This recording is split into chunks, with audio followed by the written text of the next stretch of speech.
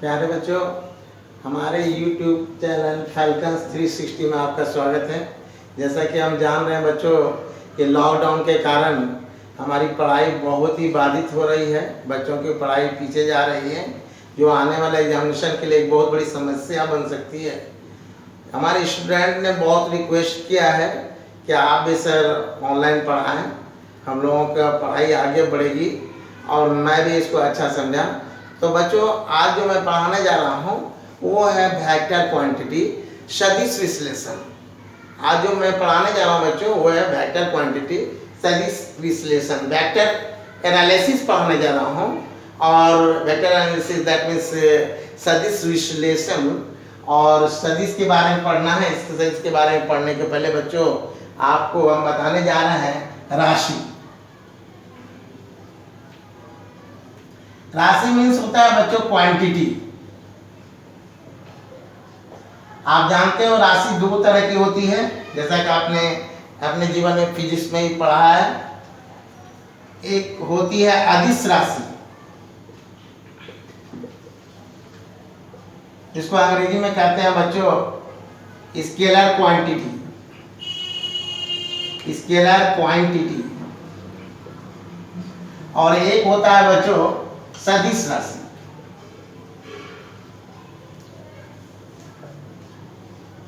और इसको हम कहते हैं वेक्टर क्वांटिटी। तो हम लोग पढ़ेंगे बच्चों सदिश राशि के बारे में पढ़ेंगे।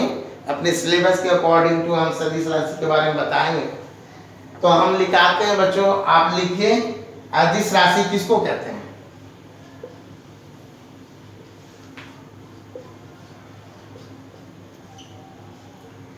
स्केलर क्वांटिटी का डिफिनेशन लिखा देता हूं बच्चों, ताकि आपको पता चले कि what is the difference between scalar quantity and vector quantity. तो आप लिखिए वह राशि जो केवल अपने परिमाण द्वारा, यानी मैग्नीट्यूड, परिमाण द्वारा पूर्णतः निर्दिष्ट हो सके या निर्दिष्ट हो, उसे अदिश राशि कहते हैं। उसे क्या कहना है बच्चों? अदिश राशि। जैसे उदाहरण के लिए आप ले सकते हो चाल, दूरी,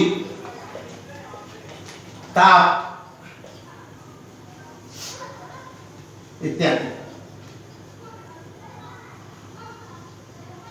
तो देखा बच्चों, हमने आपको बताया कि वह राशि जो केवल अपने परिमाण द्वारा पूर्णतः निर्दिष्ट हो, उसे अदिश राशि कहते हैं। उसे क्या कहते हैं बच्चों? अदिश राशि। दैट मीन्स स्केलर क्वांटिटी, जैसे चाल, दूरी, ताप इत्यादि। बात समझ में आ रही है बच्चों? अब मैं बताने जा रहा हूं आपको सदिश राशि।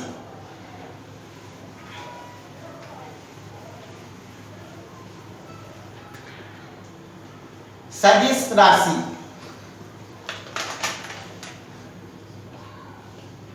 जिसको वेक्टर क्वांटिटी कहते हैं मेरे बच्चों। वेक्टर क्वांटिटी वह राशि जो अपने परिमाण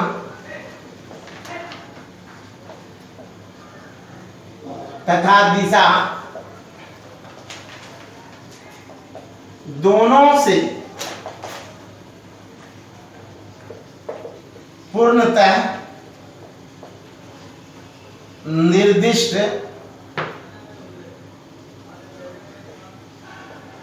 हो, उसे सदिश राशि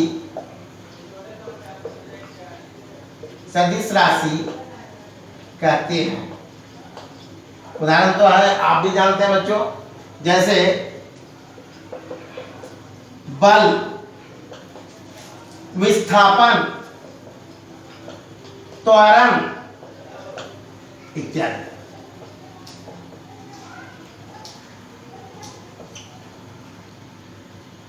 देख रहे हैं बच्चों, वह राशि जो अपने परिमाण तथा दिशा दोनों से पूर्णतः निर्दिष्ट हो उसे सदिश राशि कहते हैं। जैसे बल, विस्थापन, त्वरण इत्यादि। बच्चों, हम आपको अब बताने जा रहे हैं सदिश को आप कैसे निरूपित कर सकते हैं।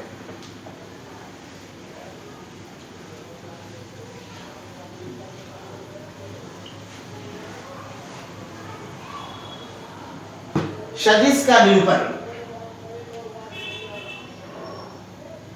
सदिश का निरूपण जिसको कहते हैं बच्चों representation of vector, representation of A vector. जैसे बच्चों सपोज कर लीजिए, मान लीजिए कि ए बी एक लाइन सेगमेंट है, रेखाखंड है, इसकी लंबाई ए है। तो आप जब एरो दे देंगे तो ये इसका इनिशियल पॉइंट हुआ, टर्मिनल पॉइंट हुआ, तो vector A B is equal to लिखेंगे आप कैसे, वेक्टर ए। तो ये क्या हो गया बच्चों, vector A B is equal to vector A. यानी एक लाइन सेगमेंट में एरो दिया जाता है बच्चों, और उसके लेंथ पर एरो दे दिया जाता है मैग्नीट्यूड पर, तो वो उसके रिप्रेजेंट करता है, वेक्टर फॉर्म में रिप्रेजेंट हुआ। तो vector A B is equal to vector A है। और बच्चों साथ साथ एक बात बता दें कि इस वेक्टर के डायरेक्शन में यदि आप इकाई सदिश निकालना चाहते हैं, एकांक सदिश निकालना चाहते हैं, तो आप ऐसा करेंगे, यूनिट वेक्टर ए कहा जाता है इसको, और वेक्टर ए को उसके मैग्नीट्यूड से डिवाइड कर दिया जाता है। क्या कहते हैं बच्चों, वेक्टर ए को उसके मैग्नीट्यूड से डिवाइड करता है। यानी अगर वेक्टर ए दिया हुआ है बच्चों, इसका मैग्नीट्यूड क्या हो गया, मॉड वेक्टर ए, नहीं, जैसा कि आप देख रहे हैं। तो ये हुआ रिप्रेजेंटेशन ऑफ वेक्टर। अब आपको बताने जा रहे हैं बच्चों एडिशन ऑफ टू वेक्टर्स, दो सदिशों का योग। बच्चों अब हम लोग पढ़ेंगे कि कितने तरह के सदिश होते हैं, सदिशों के प्रकार के बारे में जानेंगे बच्चों। इसमें पहला सदिश का प्रकार हम बता रहे हैं बच्चों, जिसको कहते हैं शून्य सदिश। क्या कहते हैं बच्चों, शून्य सदिश। जानते हैं इसको अंग्रेजी में क्या कहते हैं बच्चों, जीरो वेक्टर। और इसका दूसरा नाम है बच्चों नल वेक्टर। बच्चों वह सदिश जिसका परिमाण शून्य हो, ऐसे सदिश को क्या कहते हैं, शून्य सदिश कहते हैं। बच्चों वह सदिश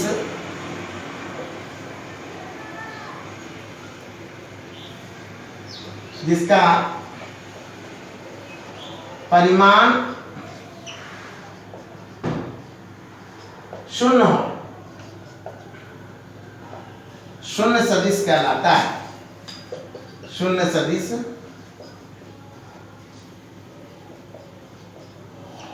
कहलाता है। इसे संकेत में हम जीरो भी लिख सकते हैं बच्चों, और वेक्टर जीरो भी लिख सकते हैं। बच्चों इस सदिश का परिमाण शून्य है, इसलिए ऐसा सदिश क्या कहलाता है, शून्य सदिश कहलाता है। नेक्स्ट हम देखेंगे बच्चों एकांक सदिश, या इसका दूसरा नाम इकाई सदिश भी है। इसको अंग्रेजी में बच्चों यूनिट वेक्टर कहते हैं। क्या कहते हैं बच्चों, यूनिट वेक्टर। इसके बारे में बता रहे हैं बच्चों कि वह सदिश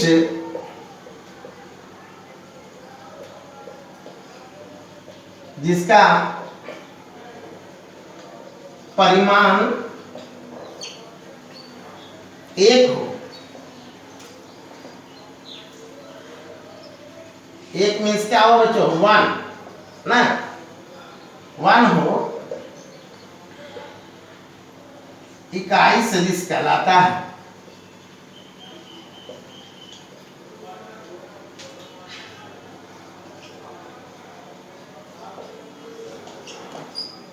जैसे बच्चों यूनिट वेक्टर ए, जब यूनिट वेक्टर लिखाया था बच्चों तो उस पर सिंबॉलिक फॉर्म में कैप के रूप में दिया था। ये कैप है, ये कैप है, टोपी जिसको कह सकते हैं आप। तो unit vector A, unit vector B, unit vector C, hello बच्चों, unit vector I, unit vector J, unit vector K इत्यादि। समझ रहे हो बच्चों मेरी बातों को कि वह सदिश जिसका परिमाण शून्य हो शून्य सदिश कहलाता है। इसे संकेत में जीरो या जीरो पर वेक्टर भी आप लिख सकते हो। और दूसरा जो मैं बता रहा हूँ बच्चों वह एकांक सदिश यानी इकाई सदिश, इसको यूनिट वेक्टर कहते हैं। वह सदिश जिसका परिमाण एक हो इकाई सदिश कहलाता है। जैसे बच्चों इसको यूनिट वेक्टर ए यानी एकांक सदिश A, unit vector B, unit vector C, unit vector I, unit vector J, unit vector K. क्यों इकाई सदिश है बच्चों? इसलिए कि सारे वेक्टर्स यानी सारे सदिश का जो परिमाण है वो 1 है। जैसे बच्चों अगर इसका परिमाण हम लेना चाहें या कोई लिखने के लिए दे दे कि यूनिट वेक्टर है, इसका परिमाण लिखिए, इसका परिमाण क्या लिखना है आपको बच्चों? 1। उसी तरह से यूनिट वेक्टर बी, इसका परिमाण क्या बच्चों? 1। उसी तरह से यूनिट वेक्टर सी, इसका परिमाण क्या बच्चों? 1। उसी तरह से यूनिट वेक्टर आई, इसका परिमाण भी क्या होगा और इसका परिमाण भी क्या होगा? 1। और इसका परिमाण भी क्या होगा बच्चों? 1। इस तीन सारे वेक्टर यूनिट वेक्टर्स हैं, इसलिए इसका जो मैग्नीट्यूड होगा दैट मींस परिमाण जो होगा बच्चों वो 1 होगा। इसलिए दिस टाइप ऑफ वेक्टर्स जो है वह यूनिट वेक्टर्स कहलाते हैं। समझ में आ रही मेरी बात बच्चों?